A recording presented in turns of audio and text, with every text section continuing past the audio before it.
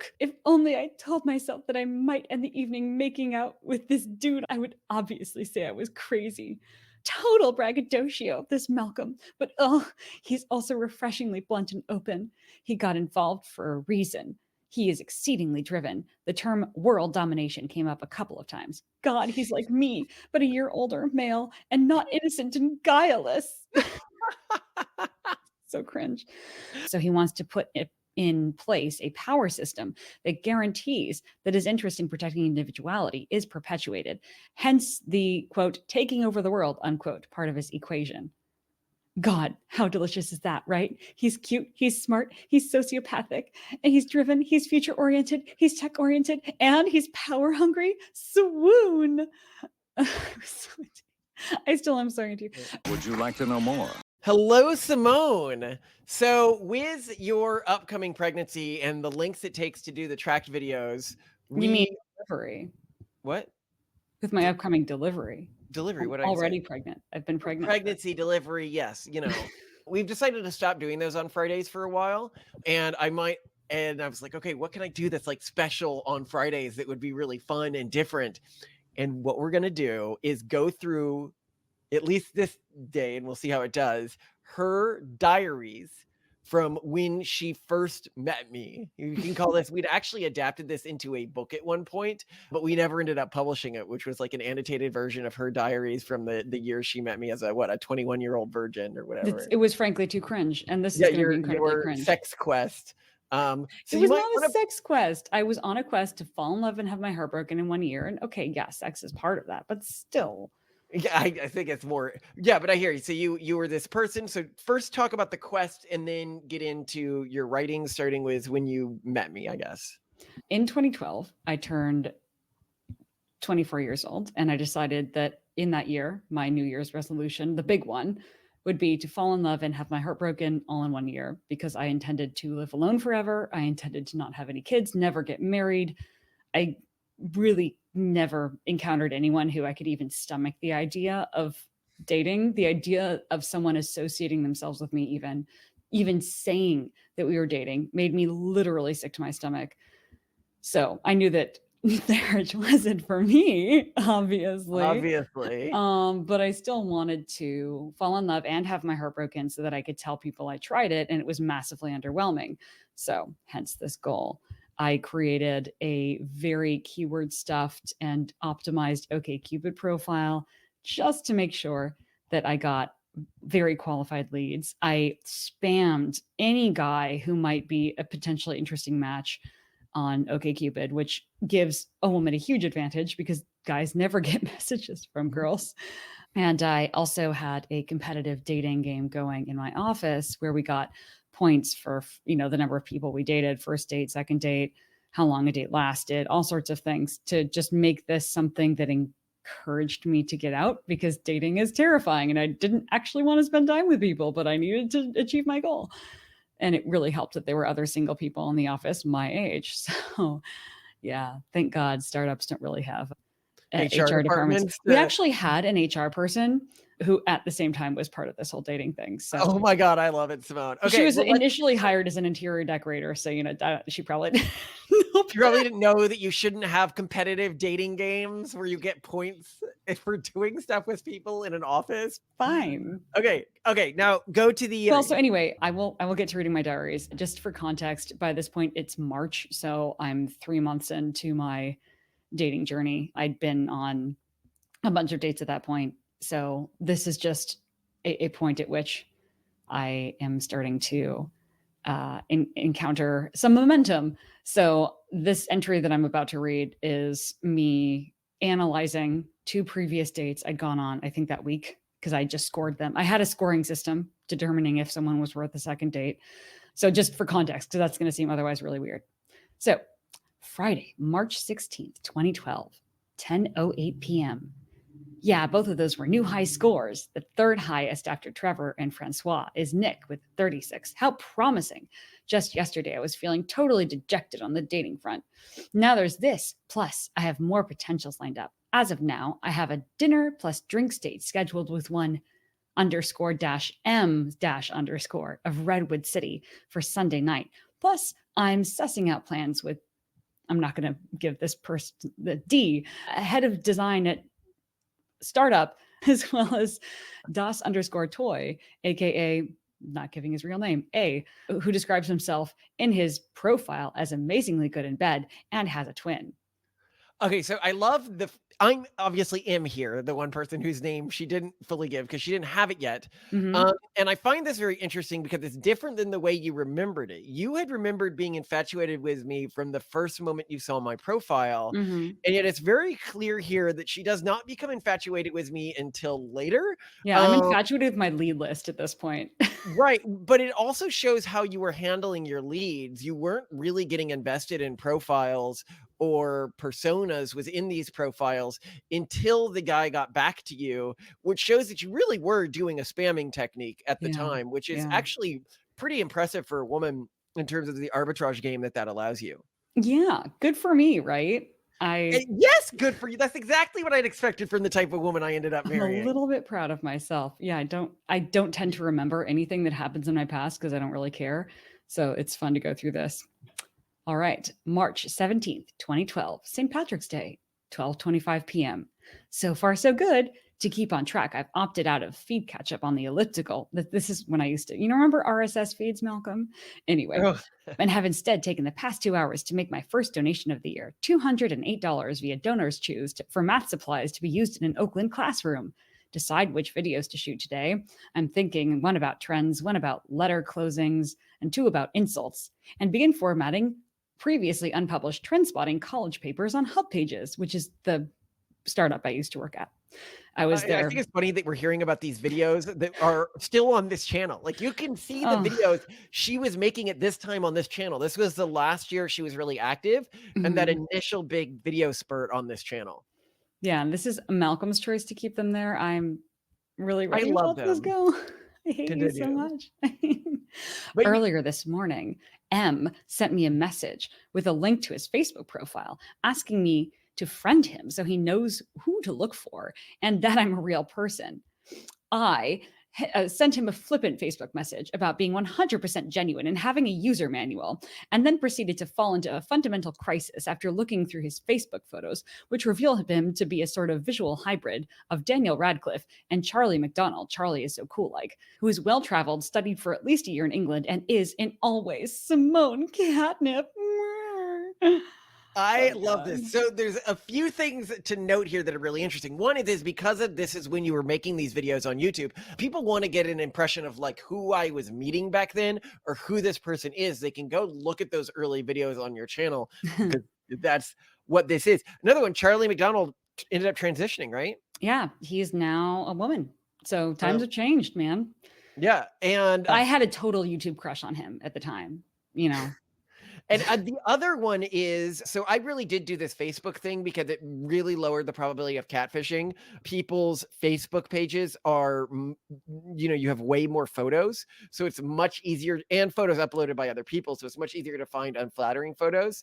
And we actually ran into somebody at a party after this who like took umbrage to the fact I had done this. And she was Mhm. like, because this is later covered in her diary when I was going back through it.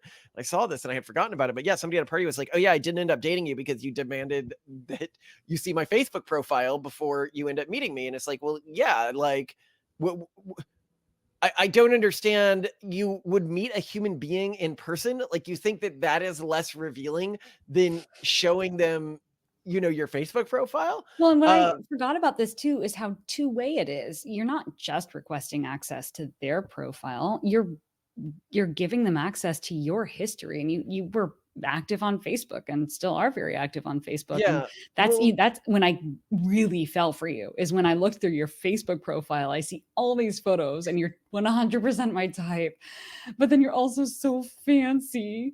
I was just utterly besotted. It's I love it. horrible. Well, yeah, and I also wonder why somebody would deny access to a Facebook profile. I think it was probably that she was dating someone. Like, that's a really Mm. easy way to see if somebody's cheating on a partner because Oh it's my pretty hard gosh. to list yourself as single Oh. on Facebook if you are not actually single.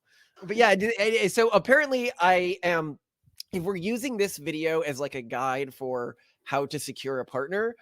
Obviously I'm working on disability here. By disability, what I mean is I have a handicap, like a big advantage, because she already finds me very attractive, but it is worth noting.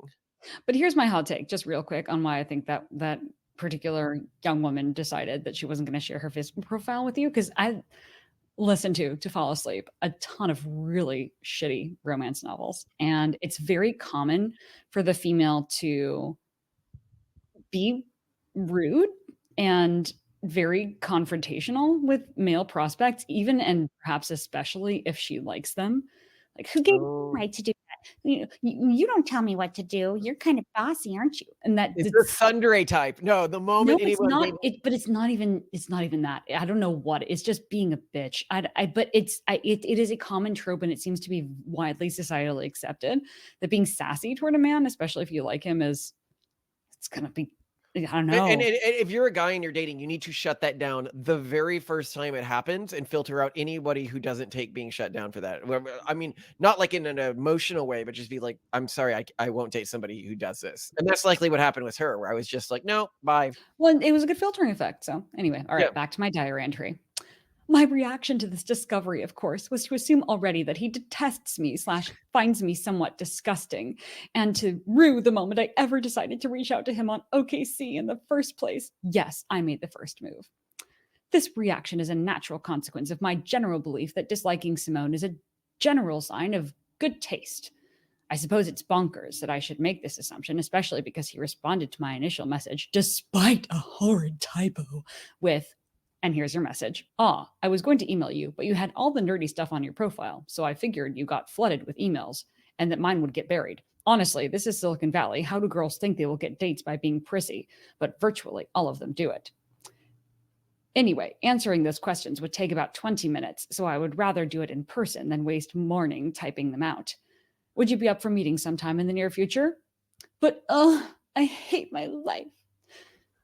End of entry. So I love, well, one, you're stressing about like typos. Did you even check mine for typos? I'm sure it had typos. well, and you even write in your OkCupid profile that you I have make lots of tons of typos spelling in what I write. mistakes. Yeah. But I think the message is also like, I don't want to say a master class on dating someone, but it is. So you had reached out to me with a bunch of questions about the company I was starting at the time Because you because mentioned that in your profile, and that seemed like a yeah, good and you opener. didn't want to look like, you were only interested in me sexually and you wanted to, which is smart to do, but also with me, making myself look somewhat unavailable and important, which is all true. Like I wasn't misrepresenting myself, but it is, but also let's meet as soon as possible. I am not dicking around in terms of the engagement with this message or in any ways being disingenuous, which I think is also of high utility. And also don't waste your time. If you're doing high throughput dating, like as I said at the time, I was trying to do 5 dates a week at least. You don't have time to fully respond to every one of these individual questions. And if someone showing interest in you, then move forwards with it. Yeah. No, and a theme throughout this is your transparency. It is one of the things that really stands out and is super underrated in dating. Okay, back to the diary. Sunday, March 18th, 2012. Oh, bus. And I say that I would sometimes put the location of where I was. I didn't have a car, so I had to use public transport to get everywhere. 2:22 p.m. I also really hope that Malcolm does not flake out tonight. I really want to get the lowdown on his life, if nothing more. We shall see what happens. 2:33 p.m. Oh shit. Just looked at Malcolm's profile again and am reminded of exactly why he is like Simone catnip. Look, look. And then I copied and pasted your entire OkCupid profile, which I'm really glad I did because it's amazing. I'm not going to read it all because it's quite long. These were back. This was before OkCupid was broken, when you had long form profiles with lots of information and could really show a lot of wit and other things aside from just your looks to make yourself attractive to other people, which is total loss. But yeah, I was getting really nervous about meeting you. And we might do a different video analyzing the OkCupid profile if people want that. But we talked through it beforehand. We're like, we don't know. Maybe people want it. Maybe they don't. Yeah, request it in the comments if you really, really want it. But So anyway, after pasting your profile, I type, must keep expectations exceedingly low. He will flake. If he does not flake, what could possibly go wrong? Oh, I will look horrid and not at all be his type, and he will do whatever he can to make the meeting as short as possible.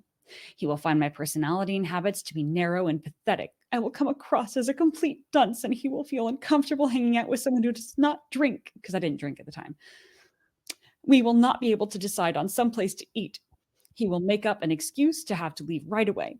The wind will make my hair a haggard mess. He will make me look like a poorly traveled simpleton. I will reveal far too much about myself. I will bore him. His car will be stolen. I will vomit for no particular reason. Well, all of those things are not so bad, I suppose. Whatever happens, happens.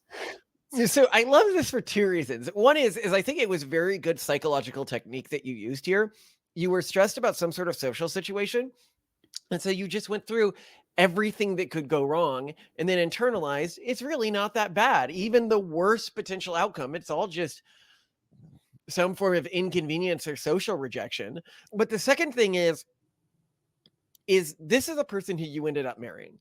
Yeah. So for all those people who are out there stressed, or you're on a date with someone who you think is impossibly beyond you, or you're on a date with someone and you just see them as like another person, there's so much emotions behind every one of these interactions. And you can read the rest of her diary. Well, not you can, but I have, and we were going to publish it at one point, an edited version. This is a completely unedited version. This is the raw actual diary. And you, in this version, you don't, well, in all versions, you don't talk like this about any of the other guys. Like No. this date was very No. different from the other. I don't think you got stressed about any of the other guys or anything like that. No. Yeah. No. Always this paragon of everything I was into. And you still are gorgeous. And I did mention in the notes when we had done it to make it a book that I actually did like turn around and walk out of the room one date after seeing what the girl looked like, because she looked so different from her pictures. And I was just like, nope. And that's why you do Facebook. Yes, that's why I Nope. checked Facebook. I was a Mm. mean-ish thing to do, but she should have looked more real in her pictures. So, Well, and I bet it's even worse now with all of the filters people are oh yeah. using. It's insane. So you can also be even more manipulative. Like you can really show real pictures of yourself. You don't have to like Photoshop anything. You don't have to be technical. You can just use a filter. Yeah, and I also want to elevate why I hadn't emailed Simone on the app, because I mentioned it in the email, but it's actually important. Her profile, she was in stormtrooper armor in most of her pictures, which is two problems. One is it's a way she could be hiding how she really looks, and two, it's incredibly nerdy. So I expected arbitrage wise, she was going to get tons of extra outreach, and she was also posting all the memes and everything on her profile, and so she just seemed like absolute like a player of the arbitrage game of Silicon Valley, to the extent that I thought that this is a woman who must be getting made, passes on all the time. And so she's going to overvalue herself. And she's probably also hiding that she's not that attractive, which were both really wrong in terms of my assessment.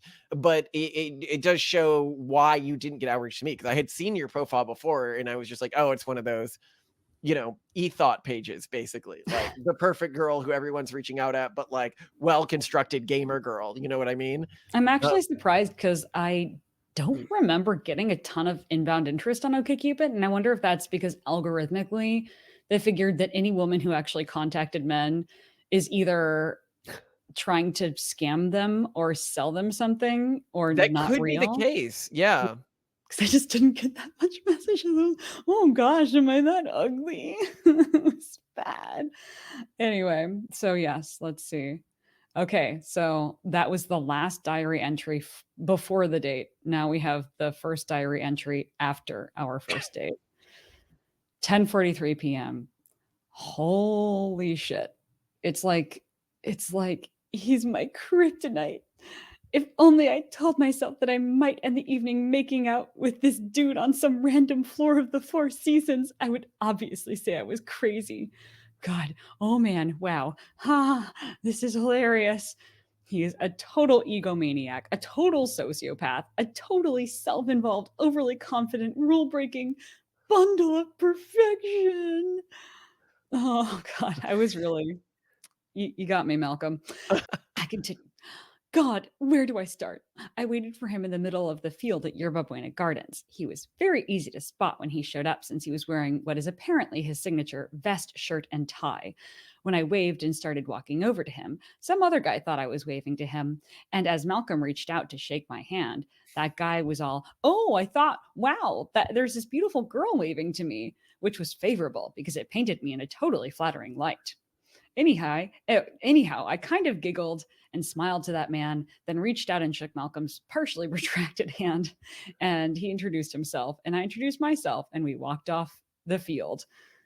I'm so glad that that man said that I was I seem attractive. to remember I had said something about it at the time, like, "Can you believe he thought," or Yeah, I remember you saying that. Yeah, you were saying something like, "Man, can you believe he thought you were gonna meet with him?" No! Yeah, But yeah, he was my wingman, yeah, my he was your stranger. wingman, he made Yeah, you look, he was my uh social proof. I'm sure it works for women too. Red pillars talked about it all the time, right? They had a word for it, whatever. But yeah, having a lot of people make you look like you're desirable. I'm so glad he did that. All right. 11:45 p.m. Home in bed. Dad picked me up at BART, but I have to write that shit down before going to bed. Jesus. Remember, I didn't have a car and I lived on the island of Alameda, which is outside San Francisco where we met. So I had to take the public transport of the Bay Area called BART back home. And then my dad picked me up because it was really late. My dad's so nice. Thank you, Dad. I was a kid. We were kids back then. We were so, I mean, because these days, like yeah. 20-year-olds are kids. Anyway. We grabbed dinner and drinks at Amber India. I've walked past there tons of times. This was my first time actually inside. He was very deliberate about everything, getting us seated, ordering us drinks, etc. How adorable. This was Simone's first dinner and drinks date. I should add that on all my previous dates, I'd only gone for like walks or gotten coffee with Because people. you couldn't eat in public back then. Like, you were breaking major Simone rules. People don't like Simone has a lot of rules about how she interacts with the world. That's us recording in different rooms because it stresses her out to be around somebody when she's talking. Like, just like, she's Emotion. autistic, right? Like, she struggles with this stuff. And at the time, you didn't eat out at all. You were just conceding because I had asked you to, and I spoke about this authoritatively. And I'd also say, if you're a guy and you're dating, everything I'm doing here is what you need to do. Like, you need to know the place that you're going to. You need to know what you want to order. You need to not be indecisive. You need to show that you can plan and have everything under control. And you can tell that this is not something that she experienced on her other dates. Nope, not at all. No, you were amazing. And also, you had this routine where you would choose a restaurant and tip well at that restaurant so that you always got good service. Like this Mhm. wasn't just have a plan. It was know your place, know your route, know your territory, Yeah, I did understand all my dates exactly. at the same restaurant, all my high value dates in San Francisco at the Oh, same restaurant. you Well, not the guys. low value ones because it was a medium, expensive-ish, medium Yeah. expensive restaurant, and so I couldn't afford to do all the dates there, just the really high value prospects, and then other than that, I'd just be doing sort of screening dates somewhere else first, like a coffee shop or something. Yeah. Okay, I will continue. Right off the bat, we ordered drinks. Oh, I should also add I didn't drink. Yeah, no, I remember we sat down and you go, "I don't drink, I'm sorry," as you heard from one of the beginning things that she was afraid of, that I think she was dull because she didn't drink, and I just told her, "I'm sorry, I'm not gonna date you if you don't drink." Yeah, Like, well, I wrote, I was honest and I said I never drink, but also said I was amenable to giving it a go. Again, like I'm so desperate for you, Malcolm. Oh my God. yeah. I Um, remember the drink we got was like a pink elephant or something, or some sort of pink drink. Anyway, for yeah, I don't you at know. least. We need to order it again when we go back. It's Amber India is still alive and well, thank God. Already, I knew that this was the sort of guy who could lift my OCD rules. At the time, I thought all I had was OCD. I didn't get diagnosed with autism until our son was diagnosed. Um, he ordered me something pink with muddled strawberry, and we chatted for quite a while before ordering dinner. He did most of the talking, and the conversation was all over the place. He talked about St. Andrews, where he went to school. God, what an incredible place. Old castles and cathedrals, tons of traditions, blah, blah, blah. Apparently, he took on extra courses and got involved with multiple academic houses. Total braggadocio, this Malcolm. But oh, he's also refreshingly blunt and open. He got involved for a reason. He is exceedingly driven. The term world domination came up a couple of times. God, he's like me, but a year older, male, and not innocent and guileless. So cringe. It's Um, not cringe. It is incredibly sweet. This is what every guy wants in the girl they meet. yeah, no, yeah, you were certainly Well, maybe not my every type. guy. Every guy who's like me. Yeah, well, no one's like you because you're amazing and I love you. He talked about his childhood a bit, got kicked out of school a couple of times apparently, liked breaking the rules, might have gone to military school, got in fights, He shared he shared a fantastic aside at one point about the art of fighting in those settings. It is not at all about fighting dirty. It's about knowing where to hit to make a good show, causing bloody noses and black eyes and stuff. He also went to 3 or 4 sleepover summer camps a year in which he would study social dynamics and try to the best extent possible to gain becoming popular, which he concluded, and I entirely agree, is not something one can break down to a science because the social dynamics of a group change every time. In addition, he was super open about his policy with girls, that brilliant jerk. He would actually try out different conversational approaches with girls over AIM. AIM, for you people who are too young, was an early chat site, and would record the successful ones. Throughout high school, he would actually engage in trial and error with different tactics. And he said in so many words that he can basically have any girl he wanted. He's so full of himself, but he's also added that it's convenient that he's attractive. I'd call him full of shit if he weren't the epitome of my type. I feel like that was interesting. There's a lot of people. So a couple things, we've mentioned on episodes before that like I'm generally considered attractive in the world of women, not in the world of men. And by that, what I mean Yes, you're not a is man's most man. women know that I'm what a super hot guy looks like, where a lot of men hear me say that and they go, but you're not an ultra masky man. And it's like, that's not what women are into. Oh, thank They're God you're not into gay, Malcolm. I'll just say that. You'd be screwed, I yeah, guess. one, how you like, obviously how you physically look, but a lot of this, and you can tell this from the way that you're writing this, is just confidence in who you are, Mhm. self-knowledge, and not hiding anything. With Yeah, someone like yeah. Simone, I clearly like, while I had techniques that I had built up to try to date better. You were 100% transparent about them from Yeah, well, day and I one. wasn't using them just to like sleep around a lot anymore or anything like that. At this point, I think I made very clear on our date early on that it's interesting that you didn't record, is that I was looking for a wife. Oh, Uh, it's later in the century. okay, yeah. Yeah. He said he used to have more of a need for sex and all that jazz. My words, not his. And has slowed down a bit because, and yes, he really did say this, he has learned the difference between good and bad masturbation. He actually said and mentioned later that he is currently looking for a wife since it is an efficient decision. They can combine friend sets, so we wouldn't have to work hard at socializing. He doesn't have to go hunting for sex. And there was another reason, but I can't remember it. I love that little slip there, by the way. So we wouldn't have to work hard at socializing. I've already inserted myself into So the. we wouldn't. Oh gosh, I didn't notice. You're so sweet. I don't think I noticed that either when I was writing. I think it was a little sip. As to what I meant by the masturbation comment, once you get really good at seducing women and you really no longer find it a challenge, so you can basically sleep with whoever you want whenever you want, you'll soon realize that the only thing that gave sex value or over masturbation was that it was difficult and high status. Maybe not everyone feels that way, but I think a lot of the population, if they were honest with themselves, would be like, yeah, sex is a ton of effort and masturbation is just easier outside of any bonding effects it has.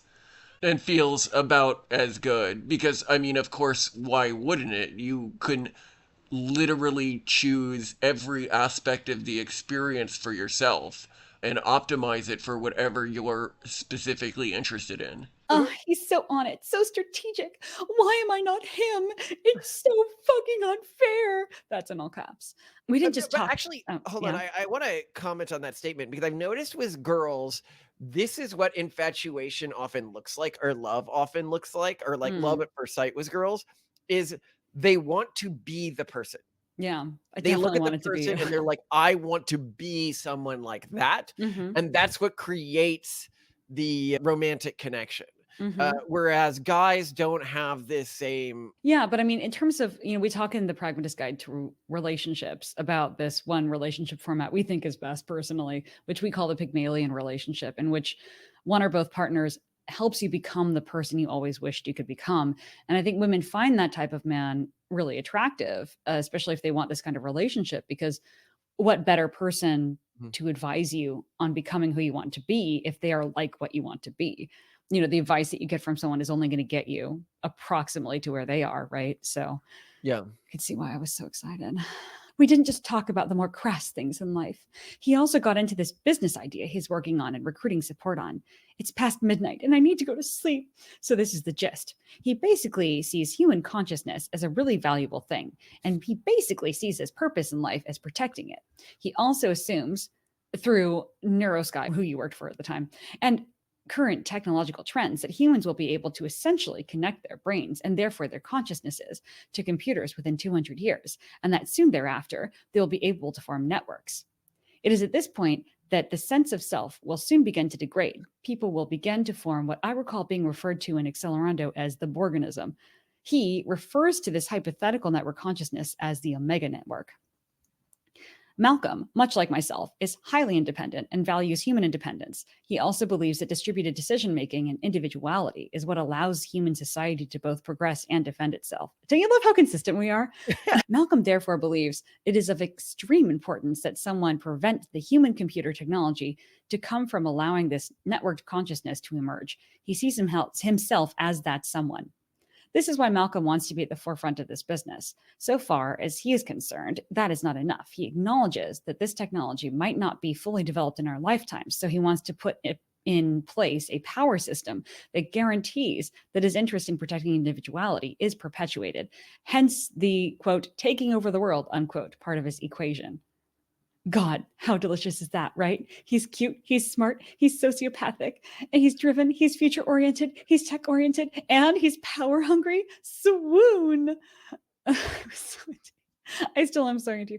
But isn't that interesting that like how things have moderated? I mean, one thing that I think you've discovered since we first met and as things have evolved in society is that you don't need people to actually have full-out brain-computer interfaces to start thinking like a monolith, which is scary. It is also interesting. You see here a few things. And actually in the book, I had edited out this part because I was like, this is the completely unedited diary. Because I was like, well, it's a little too specific. But back then I was working in brain computer interface. So direct connection with the human brain to technology, similar to like Neuralink and stuff like that.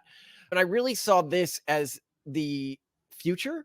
And I don't disagree with anything I said all the way back then. Within 200 years, we will have the capacity to directly communicate with other people's brains.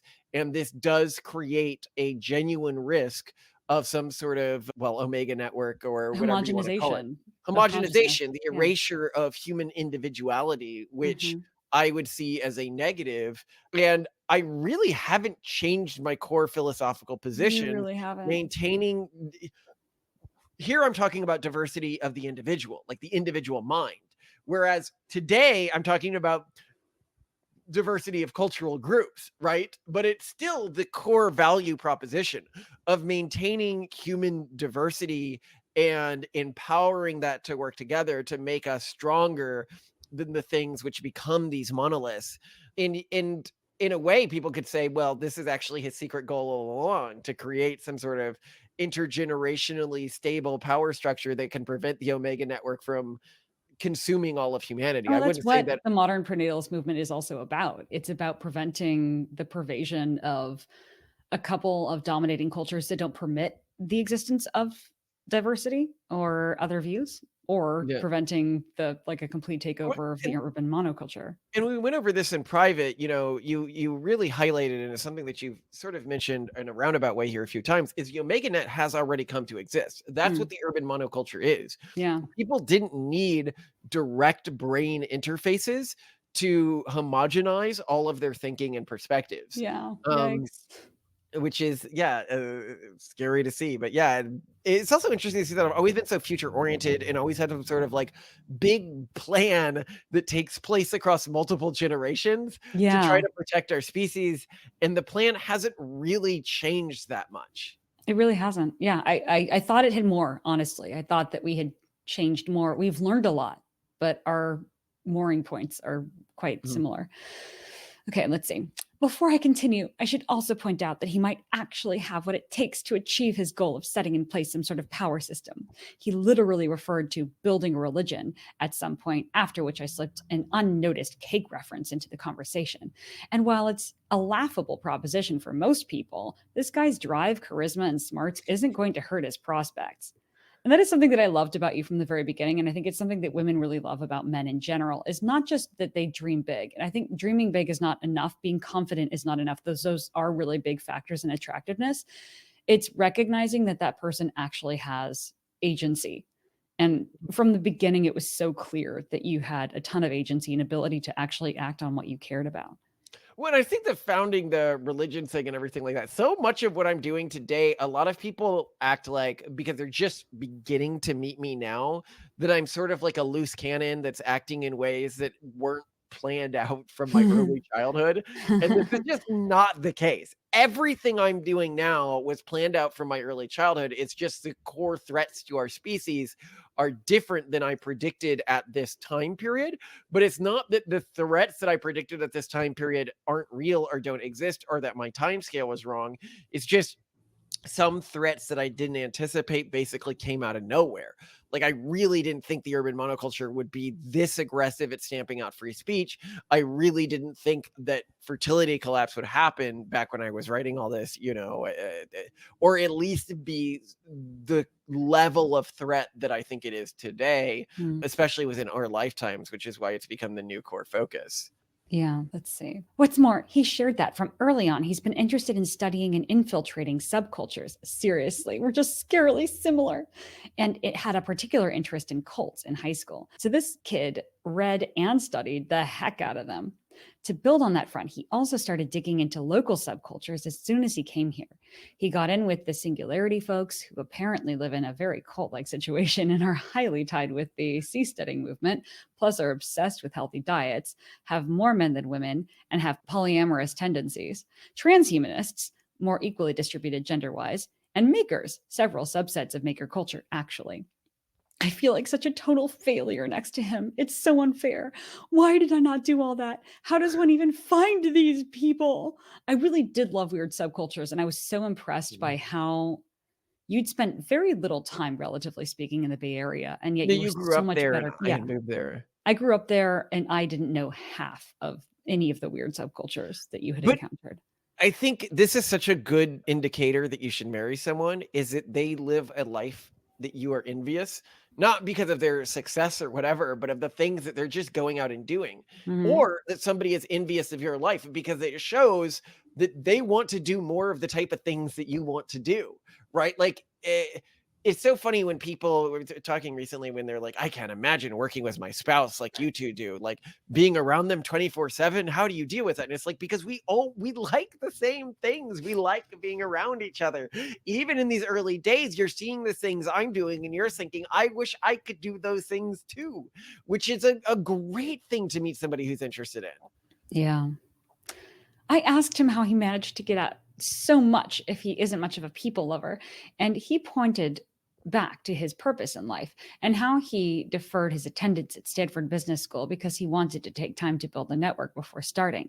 He wants to start this business venture ASAP, it seems. He also referred offhandedly to the various societies joined in school, some of which are allegedly secret. Quote, I love secret societies, unquote. That jerk, which helped give him an in many cases. I realized while sitting across from him that, well, if I want to get a peek at some of these deliciously fascinating groups and people, Malcolm is my in, which is both tremendously promising and very troublesome, to your point, Malcolm. It's All the funny, while, you ended up becoming the managing director of Dialogue, which was a secret society founded by Peter Thiel, and now you're like really in with all the secret society networks. We built one out for Schmidt Futures. So even that interest, like none of my interests have really changed. It's remarkable how consistent I am, and your mhm. interest in these interests hasn't changed. Yeah, it is really wild because we feel like so much has changed, but not so much. But I'm glad. I'm glad. All the while we're eating, he ordered a total of 3 drinks, plus 2 for me, and an appetizer for us to share. And we each got an entree. And he kept goading me to drink, saying all that crap about having a low tolerance is totally off, blah, blah, blah. I totally knew what he was up to, but rather didn't care. What the heck, I thought. I know I want to get back into drinking, at least socially, eventually, and this seemed like the perfect opportunity. At one point, he started trashing water, saying some bullshit about how fish shit in it. To which I responded with a sarcastic, but it's so tasty. To which he responded with what I imagine was a perfectly calculated and suggestive, and to think I will, might, can't remember which, be kissing those lips It was at that point that I pulled out my whole "I haven't been kissed in 5 years" zinger and asked him if he found that disappointing, to which he responded in the negative and began proposing various reasons why I might have made that decision. And I basically explained to him that I found emotions and relationships to be highly inconvenient. I may have also explained this briefly before, but if not, I also told him I decided not to even consider unboxing my sexuality until this year and already found it highly troublesome. So it was all out on the table, which, to be quite honest, was refreshing. So a few things to note here. One is the suggestion I made to you, if I might be kissing those lips later, is Hmm. used to reduce sort of miscommunication because Yeah, I am signaling my intentionality to you. smart. And you could have said, I'm not interested in that, or not Yeah. on a first date, and instead what you said was, well, I haven't kissed someone in 5 years, which is saying basically, not I consent. Basically, I consent. Like, yeah, okay. I'm not I saying consent, but no. I'm, what's the word? Insecure. Yeah, I consent, but I'm insecure. That's the underlying thing that's being communicated in that response. Hmm. And then me engaging with the response in an analytical format, basically not talking down to her for it, not talking up to her for it, being like, well, I can see why somebody might do that for X, Y, and Z reasons. Hmm. Um, Shows that I accept her position without accidentally denigrating her, which is very easy to do in a situation like this or making her more stressed. Yeah, no, you great game, Malcolm. Around this time, I was finally starting to feel the buzz from the alcohol. I felt all tingly and kind of dizzy and cheery, which was the best boozy feeling I've felt yet. So this was a great reintroduction. Malcolm paid the check and said he wanted to show me something. We stepped outside and then basically walked right into the Four Seasons.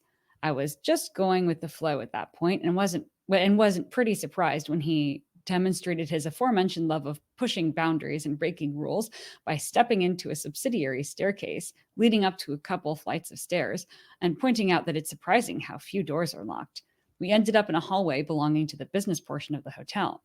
It was dimly lit. We stopped in the middle of the hallway, and I realized that this was totally one of his hilarious little tricks. Lo and behold, there he was, standing just about an inch from me. Yep. So, of course, we kissed, and then we kissed again. And then he pushed me against the wall, and we kissed even more. And we started kissing pretty deeply. I was surprised by how normal it felt. I recall saying something like, well, there goes that 5 year hiatus. He totally pulled every cliche move in the book, not just the leading me to a dark hallway thing, but also the slamming me against the wall thing, the unbuttoning my coat thing, the lifting me to the floor thing, the reaching up my dress thing. I kept laughing the whole time because it was so gamed, so scripted. Quote, "I totally see what you're doing," unquote, I said. Not that I stopped him. I really only drew the line when he started reaching for my nethers. But yeah, he definitely had a massive heart on. And I'm not going to pretend that he didn't totally turn me on. And I'm not going to pretend that I did not thoroughly enjoy making out with him. You had such a routine, and I knew it, but I think that's really interesting in that I think men who have routines typically hide them or try to hide them. And And you don't really need to. no, Women are not turned off by the fact that you're using a routine. Other women have commented on this. They're like, wow, it's really remarkable how because it's a I performance. think the way a lot of women approach sexual events and stuff like that, or relationship events, is they want somebody who is experienced and who Yeah, knows what they're doing and who's exactly. going to Who walk they them can through it. trust. Who's Yes, not who going to they can screw it trust up. to not either be like overly a horn dog that can't control themselves. If somebody can get sex whenever they want and has this whole thing so methodically planned out, they're not the type of person who's going to lose their control or something because they're rejected. You know, and I'm sure you could tell that in the moment, right? Like if you were Yeah. not interested, I'd just be like, okay, tomorrow it'll be a different girl.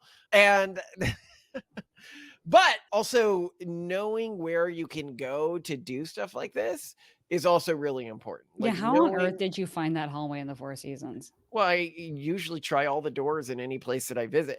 A lot of You people do. are You quite still do. explorative of me, and I found a place in downtown San Francisco where you could go that was vacant that time of day, because it was like the office section of the building, as she was mentioning, and this was at night. So there was no risk of anybody walking in on us. And yeah, that's a useful thing to know as well. I've mentioned in another episode how I had like the scanning for like sex locations when I was younger, that I would just see something, or like sometimes as an adult, walk by an area and be like, oh, that's a great place to, because I had this like That's background funny. processing of all environments on. But yeah. Yeah, let's see. Oh, When not also, I'd point out before I go further, she had a boundary, she drew it, right? And I respected it. yeah, And totally. that's really important when somebody draws any sort of a boundary that you're just like, okay, that's not something we're doing today. Yeah, at So no no. point did I feel unsafe for sure, which is notable because this was a lot for me. Let's see. Well, you'd only When kissed one guy. You know, yeah, when she's mentioning it's been 5 years since she kissed someone, she means she kissed somebody uh like once or a few times 5 years ago. Like mhm. not it was one other person. Like she was not experienced at all. I was not experienced. I continue. When not laughing at him and making fun of his sexy face, our stilted conversation turned toward his amusement at totally taking advantage of me, and my amusement at him totally getting this far when nobody else could, and his being a total dom and me being a total sub. Blah, blah, blah. I wrote blah, blah, blah a lot. I am pleased to report that he is not entirely unsatisfied with my kissing. I most certainly did ask for feedback, and he said that he would think I were lying if I told him that I hadn't kissed someone in 5 years and that I must have been a total slut before I stopped kissing anyone. So hurrah for my slutty kissing skills, question mark. And You I really were a good kisser, even at the beginning. Ooh, thank you. Like, I'm saying to this now, not trying to impress you or anything. I remember, yeah, you maybe we just have a lot of chemistry. I think we have a lot of chemistry. I think as I've told you before, because I am asexual. I'm really not in I've never been into anyone else. I'm just gay for Malcolm. I don't know but whatever, right? And when I told him I had really only kissed one guy and a friend at that before, and that I'd never been in a relationship before, plus was a virgin, given the intel, he seemed even more turned on. And well, all his cliche, hilarious moves were obviously working on me too. I rather liked how he got on top of me, bit my neck, nibbled my ears, held my wrist to the floor. Yeah, this is really not appropriate for a state activity, but dreadful fun. Heck, I even sucked his fingers, which were, thanks to the Indian food, pretty tasty, which is insane, by the way, because I'm a You don't complete understand. germ phobe. Simone, floors, Floors. sucking fingers. Yeah, I can't. You don't understand. Like her in our marriage, she panics about things that touch floors. Yeah. Hands? Hands. I could have touched a doorknob to go to a restroom. I'm sure you did. I'm sure you, yeah, it is, but that is just how completely enamored I was with you. And I mean, yeah, it's telling. Let's see. In the midst of all this, he invited me to his place on Wednesday for a My Little Ponies marathon. I just love how dated that is. No, but also that it's very much like a do not front with overly masculine stuff. Yeah. Front with stuff that shows how comfortable you are With your masculinity. masculinity. Exactly. These are two very different things. Traditional masculine things, when you front to girls with them, they do the opposite. They make you look insecure with your masculinity. Yeah, When seriously. I look at the things that somebody like, for example, Andrew Tate is fronting all the time, it makes him look like an incredibly insecure person with his masculinity. It does. You're right. Whereas, like, hey, let's go back to my place and watch My Little Pony together. That, especially in the age of bronies, which is when this was, that was high tier. When you can tell that, like, I'm not like a wimpy guy or whatever. That is high tier masculinity. Yeah. Because I'm showing that I'm not afraid of being judged for liking something that falls outside of society's expectations of masculinity. Yeah, that's so true. I parried a bit, but eventually, tentatively, said yes. And soon thereafter, I said I needed to leave, and we made our way down, kissing somewhat frequently along the way. He walked me to the BART station, and off I went. 12:43 p.m. Jesus, it's 12:43 p.m. Laptop off. I'm going to be so tired tomorrow. But this is one of those nights where one just has to document. Memories are changeable, capricious things I want to record all of this to be accurate as possible. 12:44 p.m. But oh my god, oh my god, oh my god, did this just happen? I have to be really exceedingly careful because this guy can screw me over big time. That said, if I play my cards right, he can be the perfect person to sexually break me in, not to mention connect me with a lot of interesting ideas and people. I just have to never get emotionally attached or find myself in any sort of dependent position, which is going to be especially difficult considering that we're going to be in a dom-sub relationship, given the direction we're going in. Oh, but the plot thickens. She thickens. Dun, dun, dun. 12:48 p.m. Okay, totally going to bed. Shit.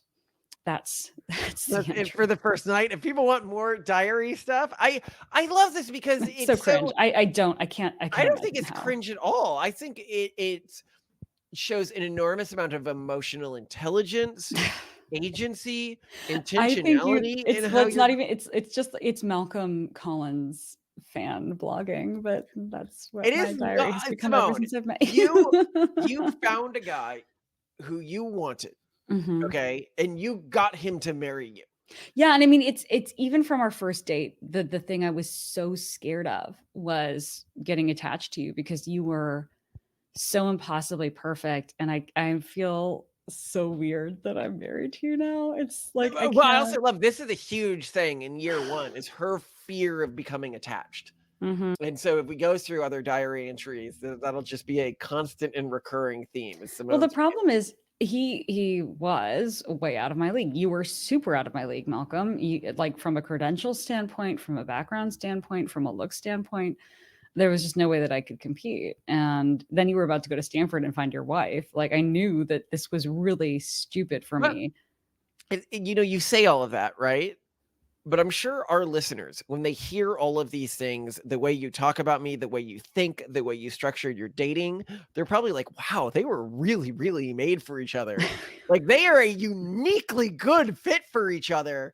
Yeah, and when I Especially write sociopath, by the way, I really mean that as a compliment. I always wanted to find someone who was like sociopathic or psychopathic just because I associate those things with behaving logically and being ambitious and being but more or you less know me now. transparent. Would you say that I'm actually No, sociopathic? you're really not sociopathic because you care way too much about people's feelings. You don't care what people think about you. But you deeply care about potentially hurting people. You're like an anti-sociopath because you will kill yourself just thinking that perhaps you might have pointed someone in the wrong direction or said the wrong thing to them. And you like it viscerally hurts you after we meet with people in person. It's very interesting that you pointed this out because I hadn't made this division. I don't care at all if people have negative judgments about me or what they No, think of you don't me. care. No. I do care if I accidentally inflict mental harm on another person. Or just, legit like if you give bad career advice to someone or if Yeah. you said something and then you realized you might have been wrong about it and then you just worry immensely. Well, You anyway, worry about hurt wronging another people. person, especially Yeah. somebody who trusted me. Mhm. But yeah, I just love this diary entry as this unfettered look in this, innocent younger, guileless, as you said, Guileless and innocent. going into a situation where you actually win. This is you were approaching this like I was some sort of like unattainable, ultra hot guy Mhm. who at You were. best was just going to use you for sex for a while. I think that Um, was probably your initial plan. no, it wasn't. Well, my initial plan is like, oh, this person's fantastic. She'll follow me whatever I say. Oh, just your fangirl. Yeah. But then I realized how competent you were and how much I enjoyed talking to you and how much I enjoyed being around you. And I was like, wow, this person's amazing to spend time around. But I also think a lot of the personality that you exhibit now in this logicalness that may not have been present in these early videos was not, it's who you always have been. When Mm, you watch these or read these early diary entries, you show an aspect of yourself that was always who you are today, but was something that you hid back then because you wanted to be normal. Hmm. And I think what you mean when you say you wanted to be me, because you were always as methodical as me. You know, you talk about like my aim thing, but were you not doing something similar with the dating competition and the dating scoring system and the, Yeah. you No, know, no, and no. the We both were outreach very similar. arbitrage and the meme stuff profile? You were doing all of this, but you didn't admit publicly that you were this ultra logical and methodical I person. mean, I didn't, right? Like I referred to the fact that like when you asked me for my Facebook profile to friend each other on Facebook, I flippantly responded that I had an FAQ guide. And I actually did create this entire web page that was an FAQ guide that explained all of my weird eccentricities and was it completely transparent about this is what I am and this is what I'm all about. We still have this? Where was this hosted? Yeah, actually, I think there are some bits of it in my diary that I could rescue. But I was fairly openly weird, but I didn't know that I was allowed to have my own opinions and values. And that's the really big thing that you changed for me was that you asked me what I believed and why. And you also gave me license to have opinions that didn't toe the line with mainstream progressive culture. That's And that was actually a super exciting. really interesting thing. So the urban monoculture doesn't allow you to ask what you believe and why. You just need to follow the norms of that culture. And the way Mm. that you break it with sentient humans, and I don't think all humans are fully sentient. You don't even think Pretty we're fully obvious. sentient. Come on. But those are humans who, when you prompt them to go, what do you actually think is good and why? Like, what are you actually optimizing for? And then you did that over a number of conversations. And then from there, you built a world and moral framework up from that sort of base first principles perspective of what's good. And that framework didn't overlap with what the urban monoculture said was good. And as the urban monoculture became increasingly fascist and totalitarian in how it controlled people's thoughts and norms, it pushed you out.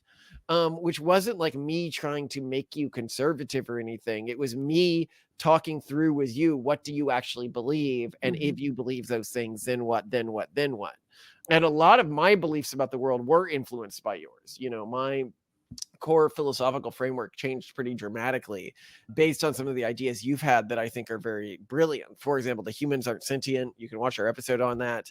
Like broadly, like sentience, even the humans that have like a degree of it, it's mostly an illusion, was from you, and a really powerful frame shift for me, because I used to think that that was the core thing of value in the universe. Mm. And now I think it's mostly an illusion based on your logic and framework. And so you've done so much to make me a better person. And I just love Mm.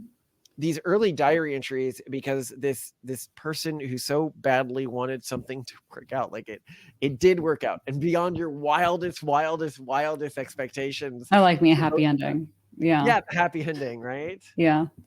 No, it's wild. Yeah. I'm glad that this we read this in a car drive on a way back from an event, and it was just a fluke, but it's interesting to see how things have been ever since. So hope you guys like it. If you don't, totally understand, because this is incredibly cringe, but let us know what you think in the comments. And please don't forget to subscribe or give us a 5-star review on Apple Podcasts, because we could really appreciate that. And I'll try to add our Discord link in the notes. When a couple of our fans have reached out and said, like, start a Discord. I started a Discord, blah, blah, blah. So, like, we got a standard Discord for the channel now.